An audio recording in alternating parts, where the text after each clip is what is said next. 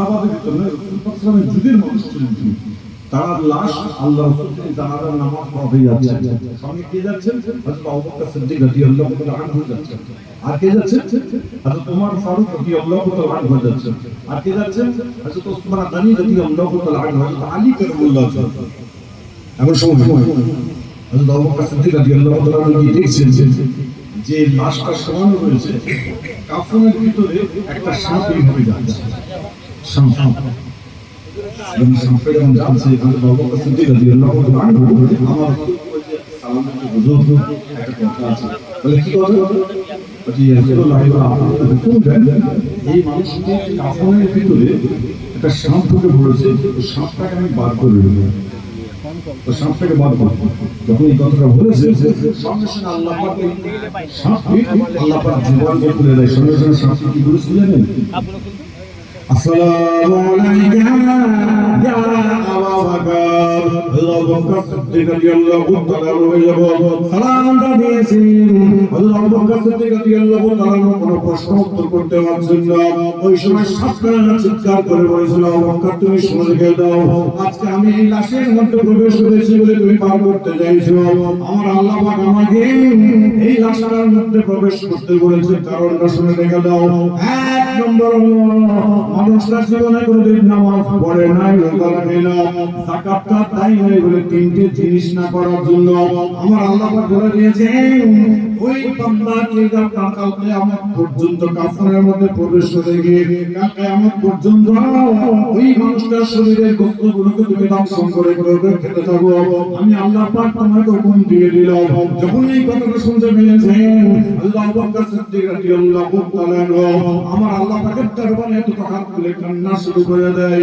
সঙ্গে সঙ্গে আমার আল্লাহ পাক তাবারক নিয়ে বলেন, তুমি আজকে আমাকে আমার হুকুম তুমি ছেড়ে আমার নবীর হুকুম নিয়েছো, ঠিক কথাই, কিন্তু আমি আল্লাহ পাক হুকুম দিয়েছি ওই বান্দাটা জীবনের নামাজ পড়ে না, যাকাত দেয় না, রোজা রাখে না, তিনটে কারণের জন্য আমি আল্লাহ পাক তাকে দংশন করার জন্য হুকুম দিয়েছি। সবাই উচ্চ আওয়াজে জোরে বলুন নাউজুবিল্লাহ। এখন আপনারা বলুন, ওদিকে না রে চেয়ারের মধ্যে এই কি বলে অসুবিধা ছিল কি? যাকাত, তিন নম্বর রোজা। এখন আপনার শোনা নেই, আপনার স্ত্রী শোনা আছে, আপনার যিনি শোনা আছে 7.5 ভরি শোনা আছে, সেই শোনাটাকে আপনাকে কি করতে হবে? যাকাত দিতে হবে। যে যাকাতটা কে দেবে? স্বামী দেবে না স্ত্রী দেবে? কে দেবে? জুড়ে বলবেন কি? স্বামী দেবে। বাঙালি ভাই দাওয়াত দিতে হবে। আমি তো তোমাদের জন্য ফ্যান বন্ধ করে দেবো, একটু ভিতরে না আসলে আমি এখানে টাকাতে পারি। আমি আমার কথাবার্তা কষ্ট হচ্ছে নাকি? না না, কষ্ট হয়নি তো, আর কষ্ট দেবো না রে বাবা। কষ্ট তো দিন চলে গেছে, এখন সুখের দিন। যখন আমরা এসেছিলাম এই পাঞ্জাবের দিকে জলসায় যখন এসেছিলাম, রাজধানী করে এসেছিলাম, ওখান থেকে ট্রেনে করে, ওখান থেকে আপনার এসে স্টেশন থেকে নেমে একটা গরম ঘরে করেছি এসি হয়ে গেছে, বিশাল ব্যাপার। আল্লাহ পাক কবুল করেছেন। আরেকবার জোরে বলুন তো তাকদীর আমাদের নসিব। যে কথা বলছিলাম, স্ত্রী শোনা আছে, যাকাতটা কে দেবে? স্বামী দেবে। জোরে বলবে স্ত্রী, স্বামী দেবে। জোরে বল।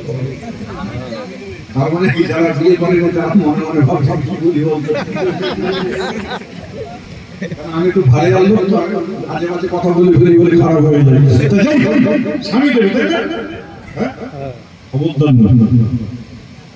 যদি মেয়েটি যদি শোনা থাকে, স্ত্রীকে শোনাটাকে আপনাকে যাকাত দিতে হবে।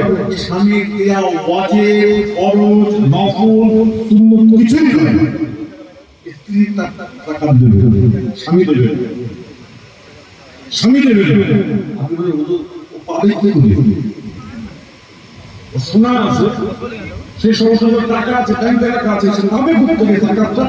যাকাতের টাকাটা পাবে কি? ওই জন্য আল্লাহ বলে তুমি ওই জিনিসটাকে ইউটিলাইজ করো, এটাকে একটু ব্যবসা করো, তুমি বাণিজ্য করো, তুমি বাড়াও কমাও, সবকিছু করো। আল্লাহ বলে বান্দা স্বামী তোমার জন্য অনেক তোমার স্ত্রীর জন্য আমি আল্লাহ অফার করেছি এবার আমি আমার বই কি করি তারা দরকার নেই। আর দ্বিতীয় নম্বর মা বোনদের বলে যদি তোমাদের স্বামী এরকম যদি হয় স্বামী দেবে না বা তুমি পাচ্ছ না এমন সময় 365 দিনে কবছর হয় এক বছর 364 দিনের মাথায় মা বোনদের বলছি মা আপনাদের কাছে 365 দিন 364 দিনের মাথায় ওই সোনাগুলোকে নিয়ে বা ওই সমতুল্য টাকাগুলোকে নিয়ে আপনার স্বামীকে বলবেন আপনাকে আমি এটা বা তোমাকে আমি এটা মালিক করে দিলাম আর টাকা দিতে হবে না। আবার 364 দিনের মধ্যে স্বামী বলবে স্ত্রীকে বলবে তোমাকে আমি এই সোনাটা দিলাম অথবা এই টাকাগুলো তোমাকে মালিক করে দিলাম আর টাকা দিতে হবে না। এটা ফাঁকি দাঁড়াও এর নাম হচ্ছে ফাঁকি আবার দেখুন শরীয়তটা কি দেখে এই সুন্দর লাগছে না শরীয়তটা কি দেখে বলছে আমার আল্লাহ বলছেন যদি কোনো স্বামী যদি তার স্ত্রীকে খাতি হারাম খাতি মানে কি জানেন এই খাতি মানে জানি না বলো তো না বলে না বলে না খাতি খাতি খাতি খাতি মানে বলুন না আরে স্বামী স্ত্রীর সহবাস ওটা তো আর্কিটেক্ট বলছে কত সোনার দাম জিজ্ঞাসা করা বলে 200 টাকা কম 250 টাকা কম 100 টাকা কম খবর আছে আর খাতি টাকা কোনো দিন খবর নেই খাতি হারাম কেন বলছে তো সেই কথা বলছিল তারপরে শুনে আপনার কি বলে বলছে যে খাতি হারাম একটা হারামের শেষ পর্যায়ে হারাবে ওই টাকা যদি তার স্বামী যদি তার স্ত্রীকে যদি খাওয়ায় স্ত্রীর খাওয়াটা হলো হালাল আর তার বাচ্চাগুলোর খাওয়া হলো হারাম স্ত্রী খাওয়া হারাম স্বামী যে খাতি হারামের জিনিসটা যে খাওয়াচ্ছে স্ত্রী খাওয়া হালাল তার বাচ্চাগুলোর খাওয়া কিন্তু হারাম দেখেন শরীয়তটা কোন জায়গায় এসেছে আমরা খালি মুখে কথা বলি কাজ করতে পারি না অনেকে ভাই এখানে যে বসে আছে এখানে বন্ধু বান্ধব বলে বসে আছে এখানে আপনার কি গল্প করছে ওখানে সেলফি তুলছে ওখানে ভালোবাসা ওখানে মোবাইলে ভালোবাসা শুরু করে দিয়েছে মানে এই পঞ্চায়েত জলসা হয়েছে গ্রামের মেয়েকে ভালোবাসা তোর মন কেমন করছে ওইদিকে আপনাকে ফটো তুলছে সেলফি করে পড়াচ্ছে উপরে পড়াচ্ছে এরকম আছে না ভাব আছে এরকম ছেলে আছে না নেই ভাব আছে আছে আরে চুপ রে বলো কালমে কুছ কালা है ना ডালের মধ্যে কিছু কালো মাল আছে তো আমরা জানি তো রে বাবা আরে আমার তো খোঁজা খুব কঠিন আছে আমি খুব কষ্ট করে বিষয় ধরে একটু জানি আমি একটু মানে আপনাদের সঙ্গে মিশে চলি আল্লাহ যেন আমাদের ঘরে এইভাবে চলতে পারে আচ্ছা বলুন তো আজকে এত মিশে এত ভালোবাসায় ঘুরে বেড়াচ্ছে বাবার সবার সময় কেউ আর যাবে সোমবার করার কেউ যাবে বাপ যাবে মা যাবে ছেলে যাবে বন্ধু বান্ধব যাবে কেউ আর যাবে কেউ যাবে না তাহলে আমি যখন একা দুনিয়াতে ছিলাম এসেছি আবার দুনিয়াতে ফিরে যেতে হবে তখন আপনি আল্লাহর হয়ে যান আল্লাহ বলতে বান্দা আমি তোমাদের হয়ে যাব আরেকবার জোরে বলা যাবে আল্লাহর নবীর দরবার সঙ্গে কথা বলতে গিয়ে বুখারী শরীফ হাদিসের মধ্যে পাওয়া যায় আমার নবী আপনার নবী দয়ার নবী রাসূল আকরাম সাল্লাল্লাহু আলাইহি ওয়াসাল্লাম ফজরের নামাজ আদায় করে সাহাবাদের নিয়ে আমার সাহাবা আলোচনা কথাবার্তা বলছেন কথাবার্তা বলতে বলতে অনেক সময় চলে গিয়েছে সূর্যটা মাথার দিকে উঠে যায় সঙ্গে সঙ্গে আমার নবী আপনার নবী দয়ার নবী সাহাবাদের বললেন এই সাহাবারা তোমরা যে যার বাড়ি তোমরা চলে যাও খবরদার চিন্তা করো অনেকটা সময় চলে গেছে আমার বাড়িতে যাওয়ার সঙ্গে সঙ্গে আমার সঙ্গে ঘরের সম্মুখে গিয়ে সালাম দিয়েছেন আসসালামু আলাইকুম যখন বলে সালামটা দিয়েছেন প্রত্যেকটা বাড়ির মেয়েরা ঘরের দরজাটা খুলে দিয়ে বসে করে আমার প্রাণের সঙ্গে ওয়ালাইকুম আসসালাম আপনি ফজরের নামাজ পড়তে গেলেন এতটা সময় কোথায় ছিলেন বলেন সঙ্গে সঙ্গে সাহাবারা বসে সালামগুলো বলল ভাই আমার কাছে শুনে গেল আল্লাহ নবীর সোনার জুবানের কথাগুলো আমরা শুনছিলাম সঙ্গে সঙ্গে আল্লাহ নবীর সোনার জুবানের কথা শুনছিলাম যখন বললেন প্রত্যেকটা সামিরা বলতে শুরু করেছে